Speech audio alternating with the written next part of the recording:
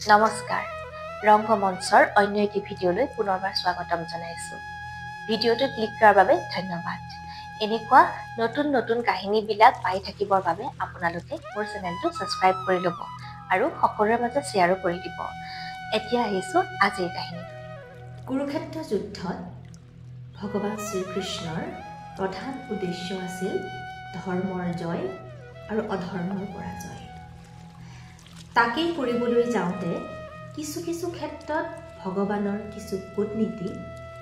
ওপৰে চালে অধৰ্ম যেন লাগিলেও মহাভাৰতৰ পাতে ভগৱানে প্ৰতিটো বিতৰ্ক যুক্তিৰে খণ্ডন কৰি থৈ গৈছে এনে এটা বিতৰ্কই হৈছে কৰ্ণৰ মৃত্যু আমাৰ বহুতেই ক'ব খোজে যে কুৰুক্ষেত্ৰ ৰণত অৰ্জুনে অধৰ্মৰ আশ্ৰয় লৈহে কৰ্ণক বধ কৰিছিল কিন্তু ভগৱান কৃষ্ণই কৰ্ণৰ মৃত্যুৰ আগে যি যুক্তিৰে তেওঁৰ মৃত্যুৰ কাৰণ বৰ্ণনা কৰিছে সেয়া সঁচাকৈ শুনিবলগীয়া যেতিয়া যুদ্ধক্ষেত্ৰত কৰ্ণ আৰু অৰ্জুন সন্মুখ সমৰত লিপ্ত হৈছিল এনেকুৱা এটা সময় আহিছিল যে দুই ভাতৃৰ যুদ্ধ হৈ থাকোঁতেই দুৰ্ভগীয়া কৰ্ণৰ ৰথৰ চকা ধৰিত্ৰীৰ বুকুত লাগি ধৰিছিল আৰু সেই সময়ত কৰ্ণৰ চিৰশত্ৰু অৰ্জুন আছিল সন্মুখত বধ কৰোঁ বুলিলে অৰ্জুনে সেই সময়ত অতি সহজেই কৰ্ণক বধ কৰিব পাৰিলেহেঁতেন কিন্তু ধৰ্মমতে কোনো যোদ্ধা যদি যুদ্ধক্ষেত্ৰত নিৰস্ত হৈ থাকে তেন্তে সন্মুখৰজনে তেওঁক প্ৰহাৰ কৰিব নোৱাৰে কিন্তু সেয়া আছিল কুৰুক্ষেত্ৰ ৰণথলী পাৰ্থৰ ৰথৰ সাৰথি আছিল স্বয়ং ভগৱান কৃষ্ণ যে কেৱল অৰ্জুনৰ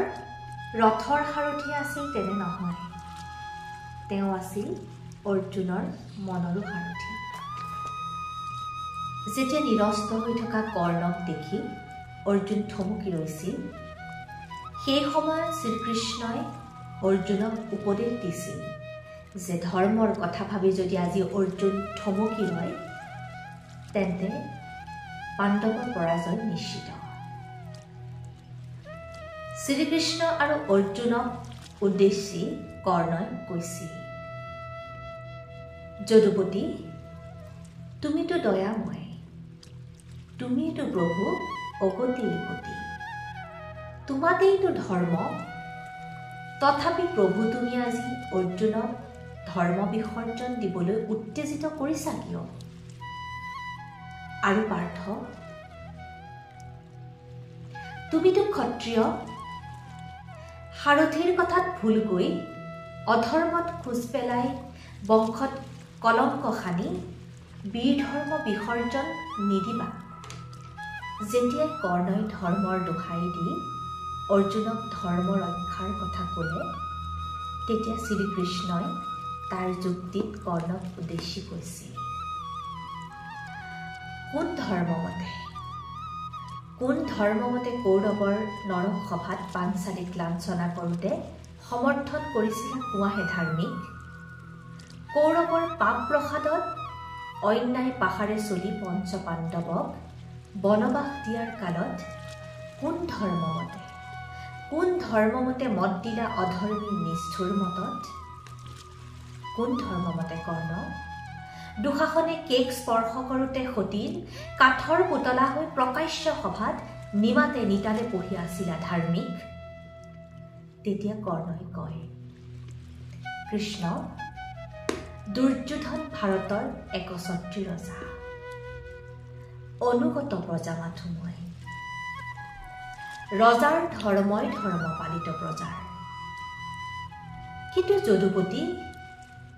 তুমিতো কাৰো অধীন নোহোৱা তুমিতো নোহোৱা পাণ্ডৱৰ দাস তথাপিও ষড়যন্ত্ৰ কৰি উত্তেজিত কৰি স্বৰ্ণময় ভাৰতভূমিত অগ্নি জ্বলালা কিয় ভায়ে কণ্টন লগালা কিয় কৃষ্ণই কৰ্ণৰ কথাত আওকাণ কৰি অৰ্জুনক যুদ্ধৰ বাবে বাৰে বাৰে উত্তেজিত কৰিছিল, কাৰণ কৃষ্ণই জানিছিল সেয়াই পাণ্ডৱৰ বাবে সুবৰ্ণ সুযোগ। কৰ্ণৰ মৃত্যু মানেই পাণ্ডৱৰ জয় নিশ্চিত।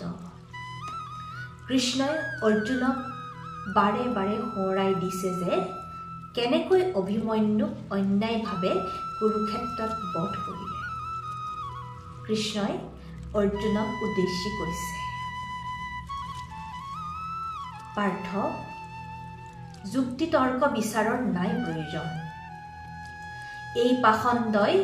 দুগ্ধপোষ্য সুকুমাৰ সুভদ্ৰাৰ আলাসৰ লাৰু প্ৰাৰ্থিক অভিমন্যুক তোমাৰ অন্যায় সমল কৰি পশু ৰূপ ধৰি নিশংস নিৰ্মমভাৱে হত্যা কৰিলে। ফাল্গুনী, এইয়ে সুবৰ্ণ সুযোগ, লোৱা লোৱা তাৰ প্ৰতিশোধ। যেতিয়াই শ্ৰীকৃষ্ণই অৰ্জুনৰ প্ৰাণৰ পুত্ৰ অভিমন্যুৰ মৃত্যুৰ কথা বাৰে বাৰে সোঁৱৰাই দিয়ে, ধৰ্ম অধৰ্ম সকলো পাহৰি অৰ্জুন পুনৰ যুদ্ধত জঁপিয়াই পৰে। অৰ্জুনে কৰ্ণক উদ্দেশ্যি কৈছে, হেৰ পাষণ্ড অধম, তোৰ আজি ধৰ্মলৈ বৰ মনত পৰিল। তোক বধ কৰি শেষ কৰোঁ তোৰ পশু অভিনয়। কৰ্ণয়ো অৰ্জুনক কৈছে, হেৰ পাপিষ্ঠ,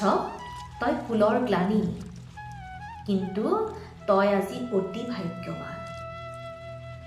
অভিশাপ ঋষিশাপে জৰ্জৰিত নকৰাহেঁতেন আজি মোক, নিদাৰুণ নিয়তিয়ে গ্ৰাস নকৰাহেঁতেন মোৰ ৰথচক্ৰ, থাকক সাৰথি তোৰ নৰনাৰায়ণ, বিজয়েৰে শিৰচ্ছেদ কৰি তোৰ ছিন্ন মুণ্ড উপহাৰ দি পুজিলোহেঁতেন মাধৱক ক্ষত্ৰিয় পূজাৰী হৈ। চাওকচোন কৰ্ণৰ ব্যক্তিত্ব, মৃত্যুৰ ক্ষণগণে থিয় হৈ আছে শত্ৰুৰ সন্মুখত, তথাপিতো বিপক্ষৰ প্ৰতিটো প্ৰশ্নৰ প্ৰতিটো কথাৰ উত্তৰ দিছে অতি যুক্তিৰে। অৰ্জুনৰ শৰৰ আঘাতত ধৰাশায়ী হৈ কৰ্ণ মৃত্যুৰ কোলাত শুই পৰিছিল। কৰ্ণৰ মৃত্যু আচলতে নিশ্চিত আছিল কুৰুক্ষেত্ৰত, নহ'লে যে পাণ্ডৱৰ জয় আৰু অধৰ্মৰ পৰাজয় নহ'লেহেঁতেন। আৰু এনেকৈ মহাৰথী কৰ্ণৰ জীৱনৰ নাট সামৰিছে।